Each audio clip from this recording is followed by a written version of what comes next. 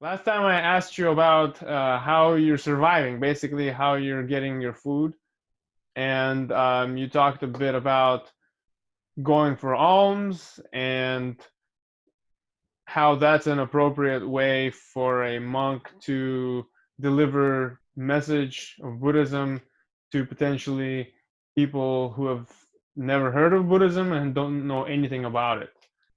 I want to expand a little bit more on that and ask you more about your lifestyle because it's unique within the monastic community that I'm aware of.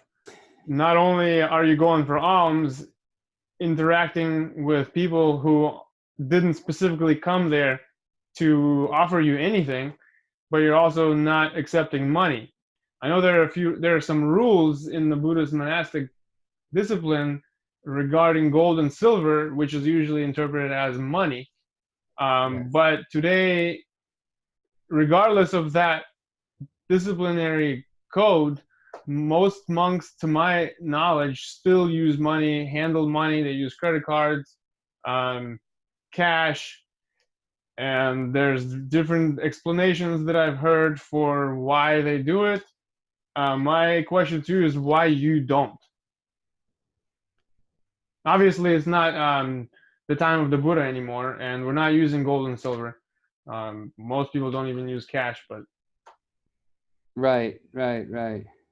So I don't know. For me,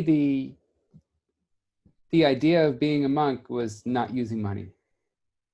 And I think that some people are surprised when I tell people that most monks use money. And in our last interview, I'd spoken about how I would go for alms, and I would say that one of the things I would say to sort of calm people down and get people interested in what I'm doing is to tell people that I haven't touched money in 18 years. And then automatically, if they're angry at me for being weird or in front of their house, all that sort of just calms down just a little bit when I say I'm not looking for money. And I mean, you would be super psyched if you saw a beggar and he says, you know, on the street, and he says, "I'm not looking for money. I'm just looking for some food." And you have to give him food. And but like, you know, if you have another beggar, he says, "I don't do drugs. I don't drink. I'm doing spiritual endeavors, and I don't touch money, and I'm just looking for food." You know, then it becomes more interesting, and someone becomes more open to hearing about the teachings. And so afterwards, I give a blessing, and I explain a little bit about cause and effect. And it's an essential teaching. And I also tell people that what comes around goes around, and they should do things with loving kindness because that will come back to them. And I can give this essential teaching. And if you touch money, you can't do that. If you cook for yourself, if you touch money, you don't become dependent on the lay people. And the Buddha created several rules to make you dependent on lay people. First was, he said that you shouldn't touch money.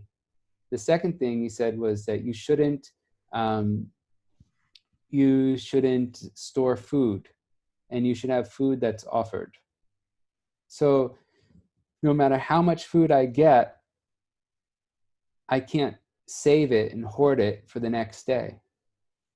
So just a few days ago, just yesterday, I gave away um, a re- uh, sorry, an extra Rice Krispie treat that I happened to have because I couldn't eat it all. So they gave me 2 Rice Krispie treats, and they gave me 2 M&M packets, and like a burrito thing, and then I had some other things and some other things and some other things, and I couldn't eat all of that.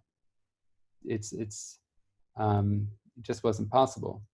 So I have to give it away at the very end. And as much as I would love to save it for the next day, I have to give it away, and then, or throw it out, or feed the birds, or whatever. And then the next day I have to do the same thing all over again. And so we're always dependent on the lay people for our livelihood. And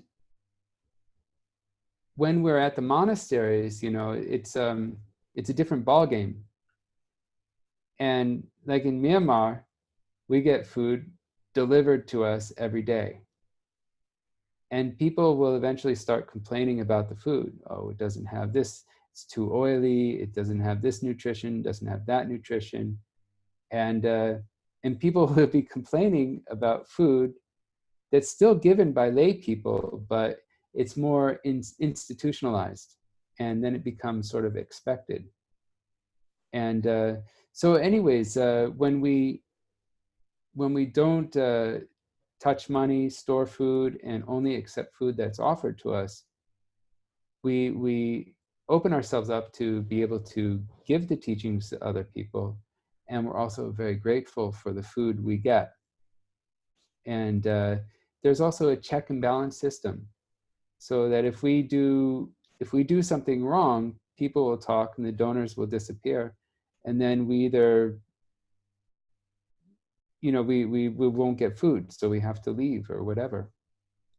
So I think that the Buddhist rules are still valid today, just as they were 2,600 years ago. And as I'm going to a new culture that doesn't support Buddhism, I can definitely see that following the rules is essential to the spread of Buddhism. And that's how Buddhism spread to Thailand or Myanmar, where the Pindapata tradition, the going for alms tradition, is super easy. You walk down the street, you don't have to wait, and people eventually are waiting for you to give food. At one time, it didn't accept the mendicant monk culture, and someone had to start somehow and get them interested. And now sometimes there's a lady who waits for me, and it's really nice the way things happen. And I have this one family, they come out with their little kid, and they serve me together as a family, just like they would in Sri Lanka and Myanmar, Thailand. And so it's very nice. But if you use money, it's sort of pointless to go out and collect food. It's like cheating. It's like it's like cheating. It's not fair. It's like tricking people into giving you food so you can save your money, where normally you would just buy your own food. And that's what happens, actually. The monks buy their food, they cook for themselves. And so this is a rule that's still in effect today, but it's ignored out of convenience. So it seems whenever I would tell somebody that monks don't use money, or that I didn't use money when I was a monk, and right. you give up your belongings and things like that, then the question is always, well, and how do you survive and all this stuff, which some of which is you just explained. I sense that a lot of people have some suspicion that there's some sort of like hidden information that you're not disclosing, like we're working on the side, or like if we're not getting money, you must be doing something else. Like basically there's this idea, in at least in the Western culture, that everything is like a give and take, it's a trade. So like if someone's giving you money, you're giving someone else something back some other right. way. And there's always this suspicion, well, what is the give and take here? And even outside of the context of using money or not using money, people ask regarding the monastic lifestyle. I've heard this so many times. They just say, so the lay people are just supposed to support you and you get to meditate all the time? Like, what is the relationship here? What is the, I mean, obviously, it seems to make sense that if you're just living life of relaxation, I mean, I'm not saying that you are, and meditating to purify yourself, and then it makes sense. Okay, maybe you should just give up money and lessen the burden on the lay people. But can you say something now about, okay, well, the lay people do need to offer you support because that is the interdependent relationship that you just mentioned, where monks have to depend on the lay people. um, well, if that interdependency exists, what are monks giving back? My understanding is that you're not like obligated to give blessings, for example. Like lay people shouldn't be going out there to like ask blessings. Hey, I'll give you some food, give me a blessing, right? That shouldn't be the attitude either. Well, the when I give a blessing, I usually tell people they make their own blessing. So when they do something out of loving kindness, they get that back. And so it's so they when I give the blessing, I'm not really doing something for them. I'm just telling them what they did actually. And when I lived at this one place, it was called the person, we call him Uncle Gene, let's say, and he's a Buddhist. He's part of a Japanese Buddhist. It's called SGI, Sogo Kai, or Soka Kai, or something like that. And he's sort of he's Buddhist according to this Japanese tradition. It's a lay person tradition, and he was open to try something out. Okay, and I told him that I don't do exchanges to live at his place, and I needed a place to stay, and the timing was just right. I was leaving another place, and I told him I don't do any exchange. I don't do exchanges for staying at your place. I might do things out of love, you know, to help out around here, but I don't have a work requirement, and I can't do that. But I can do things to help out, you know, and you can, and he could ask me to do things, and I would help. Um, and what I would do is I would go for alms all the time, and he would see how long I'm gone for, and I would come back and I'd tell him about my adventures and this and that, and I would and he would be really inspired. And then I would tell him, you're letting me live on your property, and you're a cause for all this good that I'm doing. And slowly but surely, he would realize uh, that it was a gain for him to let me live on his property, rather than having some type of, exchange take place.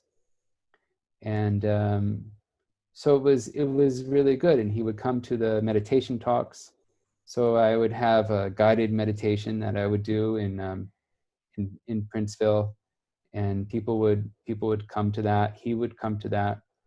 And recently, I just changed the format to a lecture where I teach people about Buddhism, and everything's free. The place is paid for by one donor who understands the whole idea of merit, and she pays for the place. And we don't have a basket. We don't accept donations, money donations or anything like that.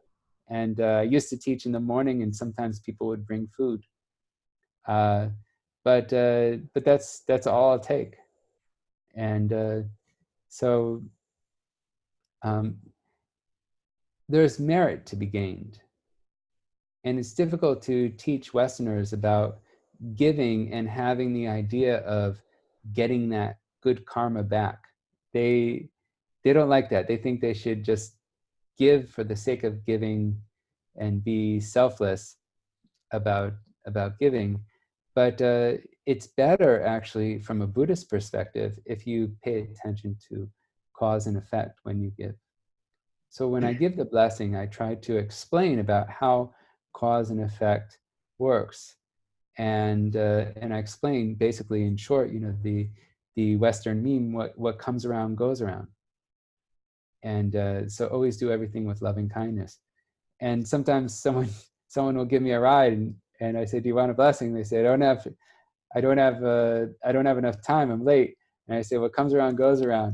You make your own blessings." And I shut the door, and they're like, "Right on." And that's all I really need to say, anyways, because that's all the blessing. That's all what the blessing is about. Wait, I just got confused. Sometimes people open the door and they shut the door. No, no, no. I get a ride from someone, and Okay, then because when I was living at Uncle Gene's place, I had to get a ride because it was like 3 miles. It was 3 miles down the road. No, I'm sorry. It was like 5 miles down the road. So you couldn't walk to the village. So they would drop me off at the drop off place. Okay, usually like the bus stop or where the Shell station is. And as they drop me off, I say, "Hey, can I give you a small blessing?" And 80%, 90% say yes. Okay, but there's 10% that say, "Nah, I'm late. I got to go." And I just, as I'm leaving, I say, "What comes around goes around," I and see. blessings. And then they're like, "Right on." They give you the little shaka sign, and and and then they go and they So, zoom. so when you say you give them a blessing, you're what you mean is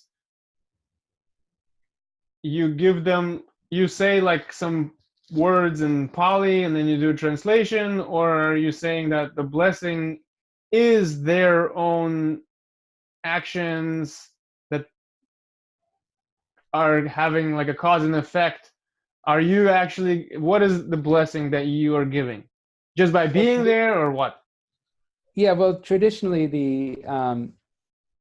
especially in Thailand, they say a little phrase, okay, and then the last line says Chattaro Dhamma Ayu Wano Sukham Balang.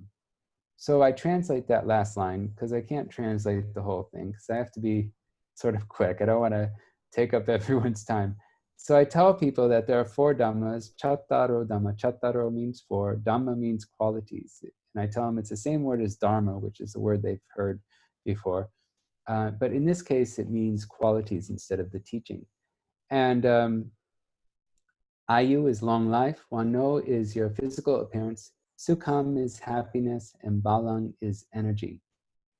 So I tell them that by giving me the gift of a ride or giving me a gift of food, it's the gift of energy, and I get those four qualities. And I ask them, "Can you see how I get long life, good looks, uh, happiness, and energy from your gift?" And they nod their head and say yes. And I said, "Well, I get these qualities, and you get them back. So always do everything with loving kindness because it will come back to you." And then sometimes I say, "Don't do anything when you're angry. Don't send text messages, don't send emails, don't open up your mouth. Just stay quiet and don't do anything if you're angry." And and then I go and I chant um, the Pali afterwards. And I usually close my eyes when I chant. And they sometimes close their eyes. And when I'm finished, they're sort of like doing a small little meditation. It's really nice to open up my eyes and finish that chant and to see the person that I'm giving the blessing to have their eyes closed and soaking in what I just chanted and what I just said. And a good portion of the time they say, after they open up their eyes, they say thank you. Like a really heartfelt, you know, thank you.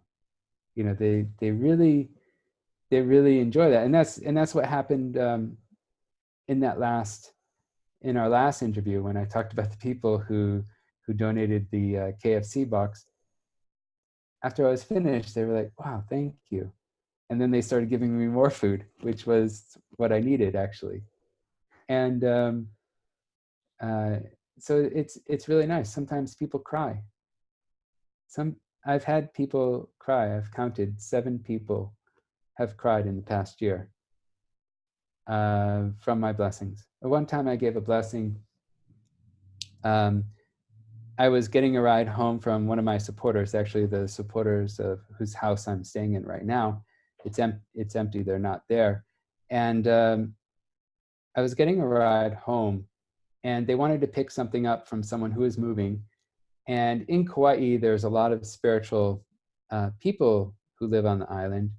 And they said, "Hey, we have a monk in the car. Do you want a blessing? Do you want a blessing for your move?" And they said, "Sure, I'd really love it." And so I came out, and it was in the afternoon. And I said, "Well, normally people give food and they get a blessing because they make their own blessing." And it was the afternoon. I said, "Well, you can't give me any food. So what I got to do is I got to give you a teaching. I'll give you a teaching on the loving kindness sutta. And if you follow these teachings and you put them into action, you will make your own blessings." And so I gave a little translation of the Karaniya Metta Sutta. And then I chanted it. It takes a couple minutes to chant. It doesn't take long. And when I was finished, she just started crying and crying, like strong crying, but happy crying. And then later she explained that the reason why she was crying was because it was something she had followed for a long time, maybe her whole life or whatever, and she's never heard anyone of any authority reconfirm this belief, this natural belief that she had. And she was crying because of that. And I tell you, it feels really good when someone cries. It really feels good. I mean,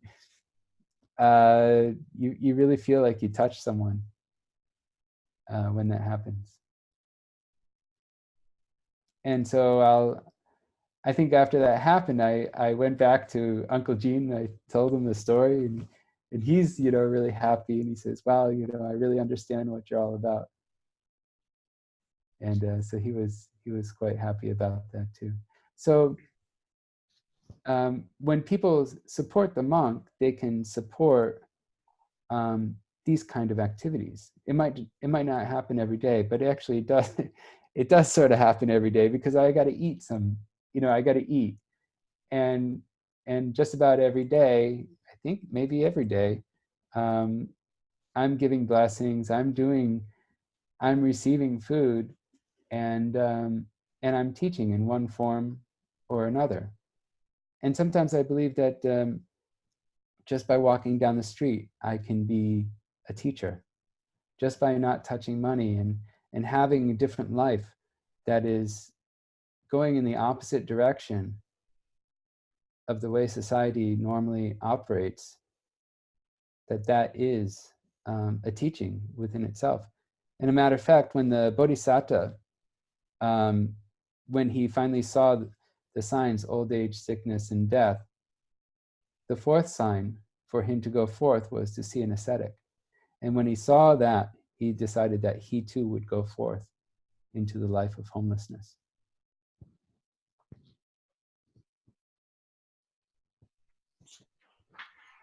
Thank you.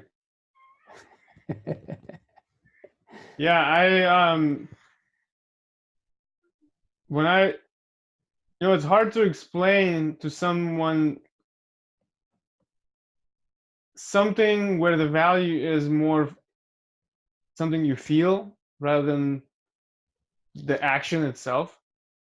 Like gratitude, you can't teach someone, you can't tell somebody, be grateful or appreciate. Mm-hmm.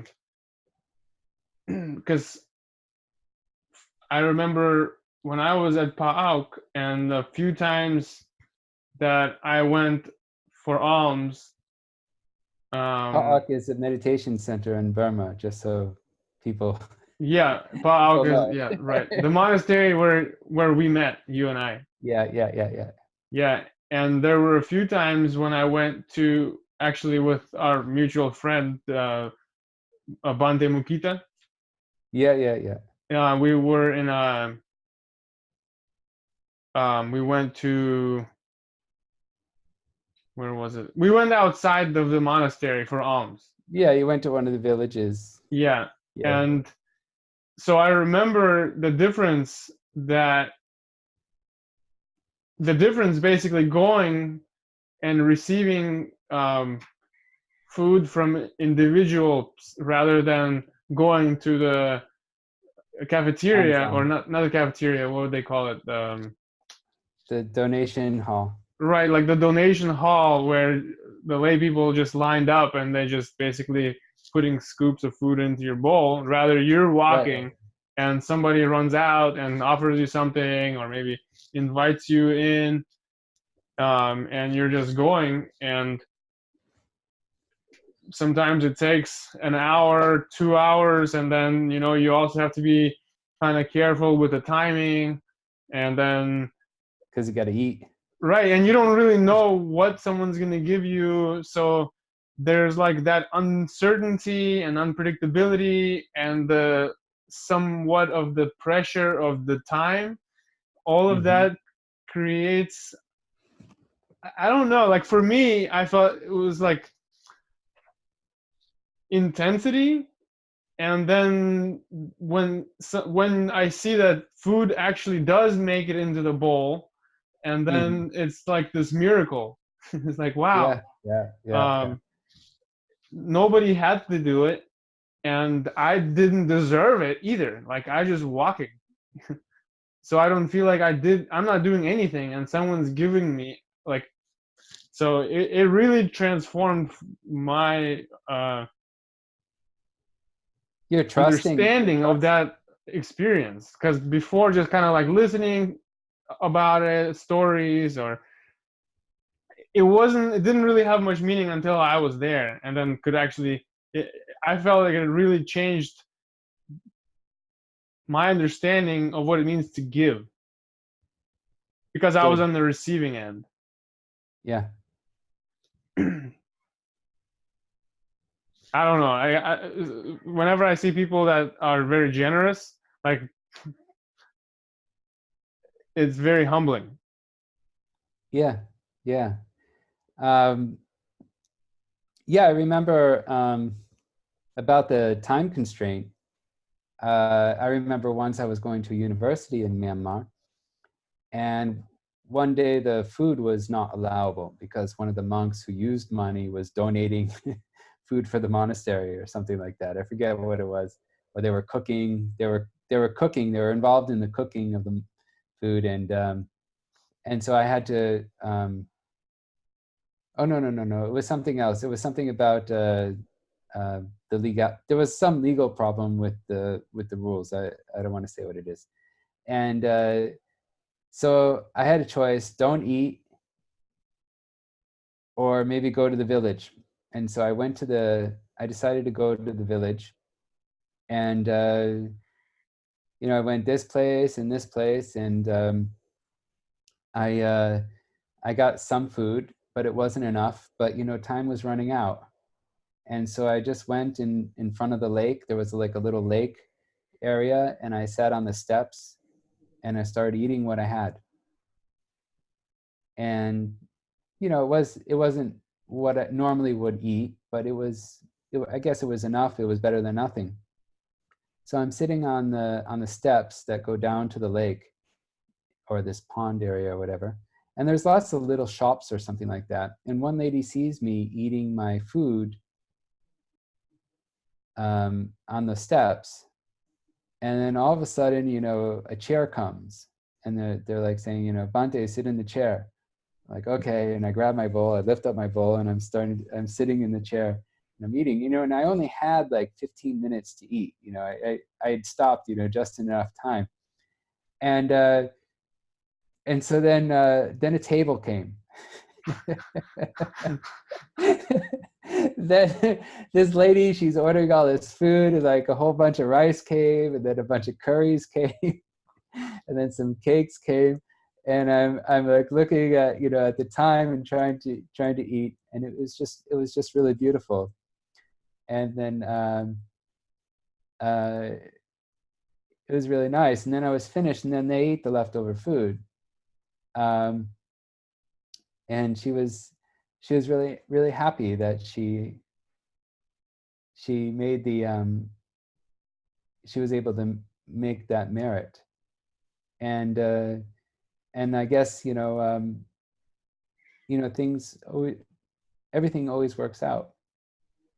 And but sometimes when you go out and there's not enough time, I sometimes call it extreme sports bowling. Sports bowling. Extreme sports bowling. So you know, using your bowl, and you know, it's not like you're gonna die if you don't get food, but you know, you run out of time. You could run out of time, and so sometimes I joke about that.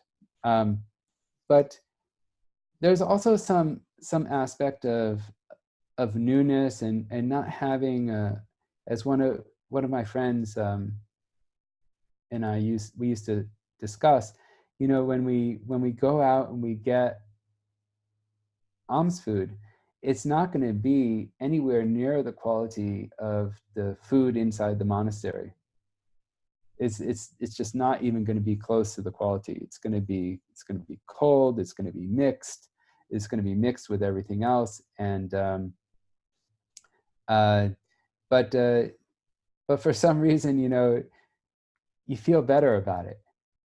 And it's not a sure thing. And you're relying on people, and you become more grateful when you rely on people. Of course, you become more grateful.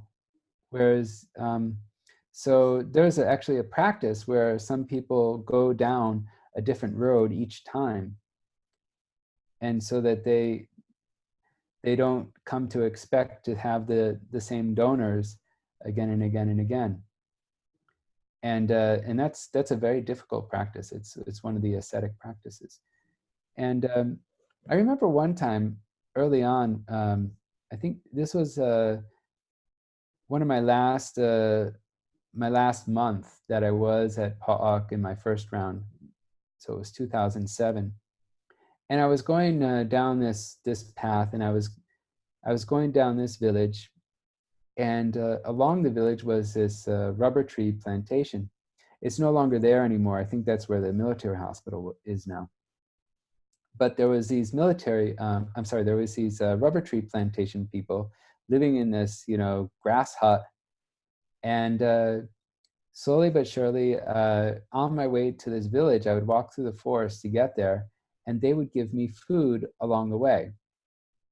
And first it was, you know, a little bit of rice. The second day it was rice and one curry. Then the next day it was rice and two curries, rice and three curries. And then they invited me to another house that was another, you know, bamboo or grass hut. And so I went to that other house. And before I knew it, I had more food than I could ever hope for from a village. And it was just coming from these two families that lived in the rubber tree forest. And so I wasn't going to the village anymore. I was just going to these two houses. And I remember I used to go from one village to the next. I used to change every week. 1 week this village, 1 week another village, 1 week another village. And here it was finally actually easy. I could walk down into the forest for about 15 minutes.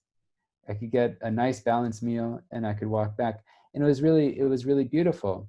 And I remember asking one of my friends, and I said, you know, is it okay to just keep going there? Because I felt sort of guilty, like I would be burdening them by going there every day. And he says, no, you can go for 1 year, 2 years, and he smiled, and he was so he knew how it all worked, and I felt sort of like, why should I be, burden people? And I finally understand it now, and I don't know if I could do it in the West, but with the Myanmar people, you could definitely do that. Eventually, around that time, my visa was rejected because I had changed a tourist visa into a residential visa without going out of the country. And there was a new minister, and he was actually catching this little trick that was done 6 or 7 years ago. And so I had to go to either Thailand and come back, or I decided to go to Sri Lanka instead one way. It was almost the same price back then. So same price to my donors, not to me. And so I remember I told them that I was no longer going to go, and it was my last day, because they would make curries for me very early in the morning. And these people were really poor.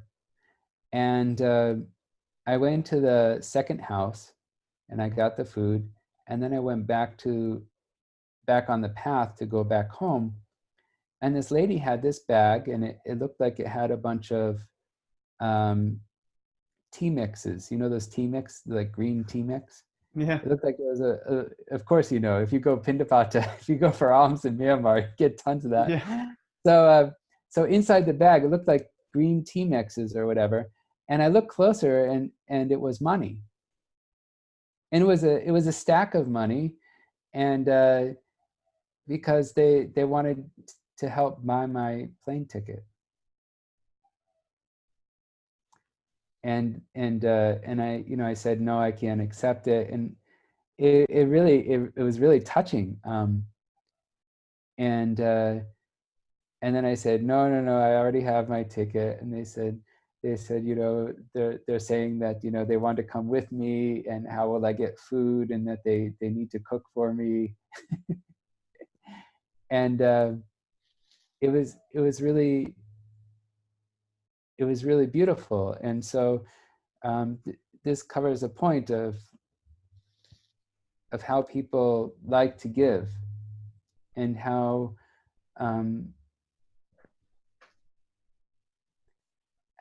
it even though I was going there for, I don't know, 3 weeks or 4 weeks, it was still always fresh, and I was still very appreciative. And I remember I went to look for them when I came back 6 years later, but their rubber tree forest was gone. And I think there's a military hospital there. And but I felt really good about that.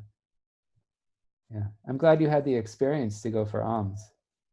It's really good, and you can do it in America too.